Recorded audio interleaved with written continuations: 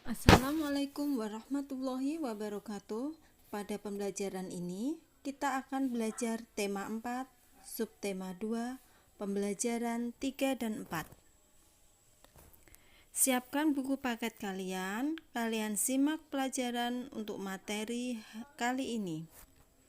Sebelum pelajaran dimulai, marilah kita berdoa bersama sesuai dengan agama dan kepercayaannya masing-masing. Dayu dan teman-teman belajar tentang ruang kelas yang tidak bersih.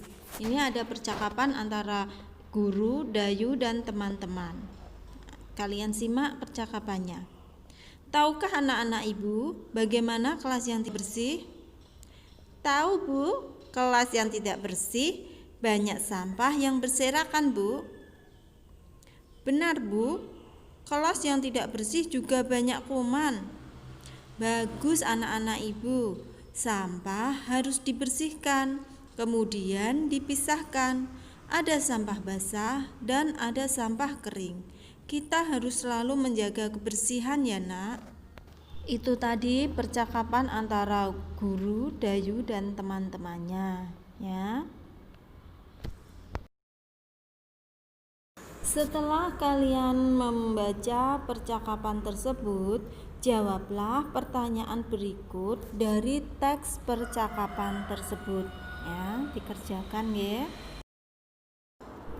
Bu guru akan membacakan teks berikut ini dengan lafal dan intonasi yang tepat. Kelas yang tidak bersih menjadi sarang penyakit. Kelas yang tidak bersih akan menjadi sarang penyakit. Debu dan sampah mengandung kuman. Kelas juga akan menjadi sarang nyamuk. Penghuni kelas akan terserang macam-macam penyakit, misalnya batuk, flu, dan demam berdarah. Menjaga kebersihan kelas menjadi tanggung jawab bersama. Guru dan siswa harus sama-sama menjaganya. Jika ada yang membuang sampah sembarangan, harus segera diingatkan.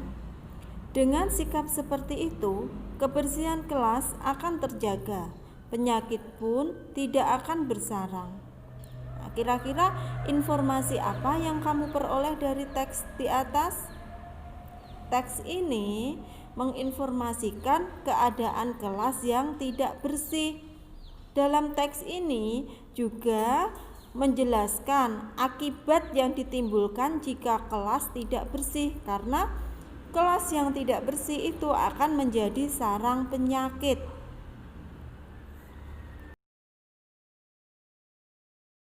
Nah, ini contoh gambar keadaan kelas yang tidak bersih ya. Di situ ada banyak sampah berserakan.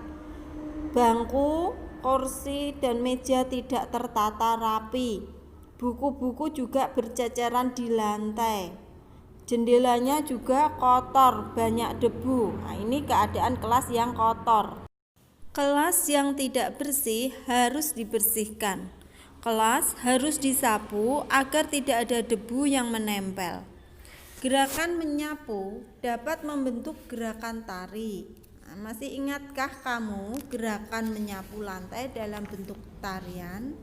Kemarin pada pembelajaran 1 dan 2 sudah dijelaskan ya, gerakan tari dengan gerakan menyapu. Nah, Ibu Guru ingatkan lagi, ini contoh gerakan tari dengan gerakan menyapu ya. Kepala menoleh ke kanan, kemudian tangan menggenggam seperti menggenggam sapu ya, tangan kanannya di atas menggenggam ke bawah, yang tangan kiri dari bawah menggenggam ke atas. Kemudian kakinya bersilang. Nah, itu contoh gerakan menyapu. Sebelumnya kamu sudah melakukan gerakan menyapu lantai dari bentuk tari diiringi alat musik.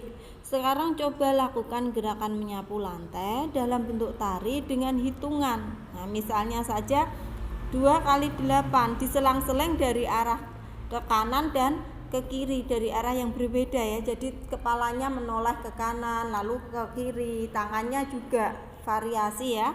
Kakinya menyilang juga berbeda-beda ya, yang depan yang kanan di depan terus ganti yang kiri di depan. Nah, coba dipraktekkan seperti itu dengan hitungan 2 kali 8 selang-seling arah yang berbeda. Jika sudah bisa, diiringi kembali dengan alat musik, misalnya saja gendang, rebana, tamborin, atau tifa. Jika tidak ada alat musik itu di rumah, kalian bisa menggunakan botol plastik bekas atau benda-benda yang ada di sekitar rumah. Bisa galon atau botol bekas ya. Coba amati kembali gambar alat musik tifa. Ini contoh gambar alat musik tifa. Pada permukaan dinding tifa berbentuk pola bangun datar. Nah, di situ yang atas yang warnanya putih itu berbentuk segitiga. Kemudian yang warnanya coklat itu berbentuk segi empat. Segitiga dan segi empat itu merupakan contoh bangun datar. Coba kalian bisa tidak menyebutkan contoh bangun datar yang lain? Kemarin sudah pernah dijelaskan ya di materi pelajaran sebelumnya. Amati gambar di bawah ini.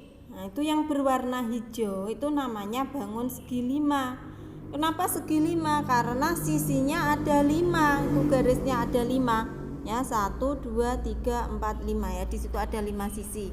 Kemudian yang berwarna pink yang bawah itu segi 6 karena sisinya ada 6. Nah, kemarin sudah pernah diajari tentang sisi, sudut, dan titik sudut. Coba bangun segi 5 dan segi 6 ini ada berapa sisinya dan berapa sudutnya, berapa pula titik sudutnya ditentukan. Nah, sisinya ada 5 untuk bangun yang segi 5, sudutnya juga ada 5, titik sudutnya juga ada 5. Untuk bangun segi 6, sudut, sisi, dan titik sudutnya ada 6. Nah, untuk meningkatkan pemahaman anak-anak, coba kelompokkan bangun datar berikut. Kelompokkan sesuai banyak sisi, sudut, dan titik sudutnya. Ini coba dikerjakan biar anak-anak bisa lebih paham tentang jumlah banyak sisi, sudut, dan titik sudutnya. Dengarkan, Bu Guru akan mencontohkan membaca teks dengan lafal dan intonasi yang tepat. Aku malu punya pekarangan sekolah yang kotor. Banyak warga sekolah tidak peduli terhadap lingkungan. Banyak siswa membuang sampah sembarangan.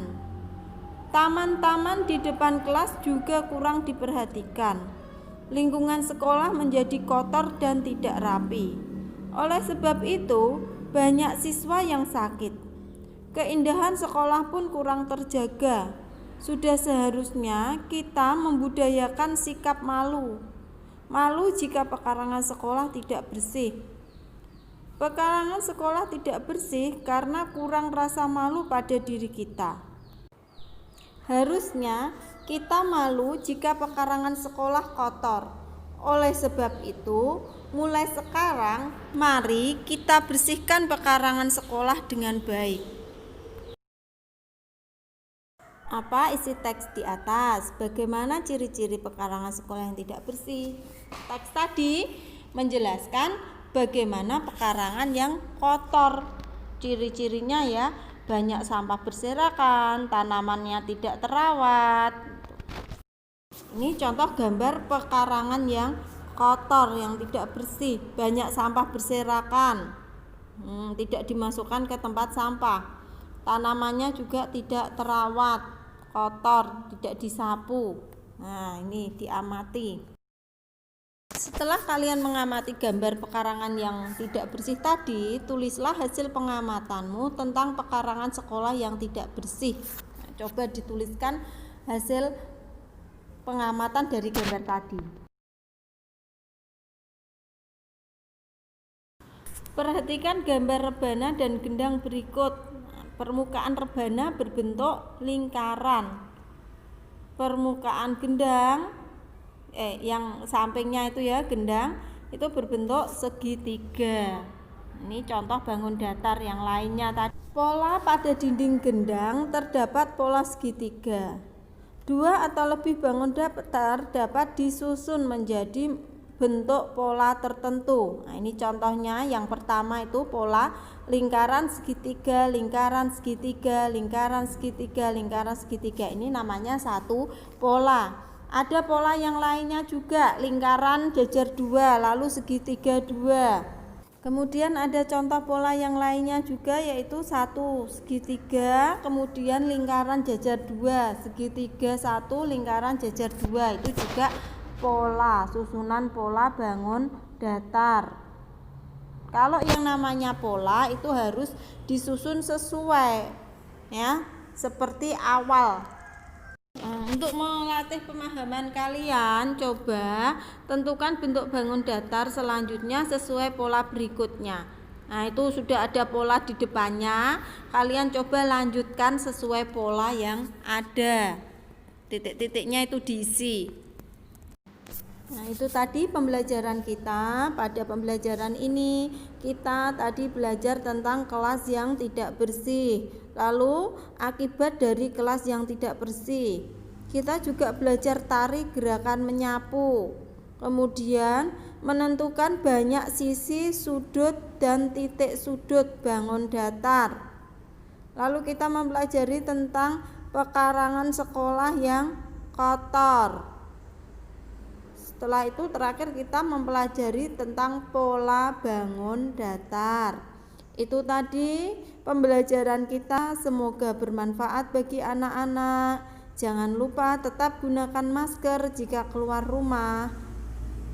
Dan tetap semangat dalam pembelajaran daring ini. Terima kasih untuk orang tua yang telah membantu dan mendukung anak-anaknya dalam pembelajaran daring ini. Untuk buku LKS-nya yang pembelajaran 3 dan 4 juga dikerjakan ya untuk berlatih di rumah. Wassalamualaikum warahmatullahi wabarakatuh.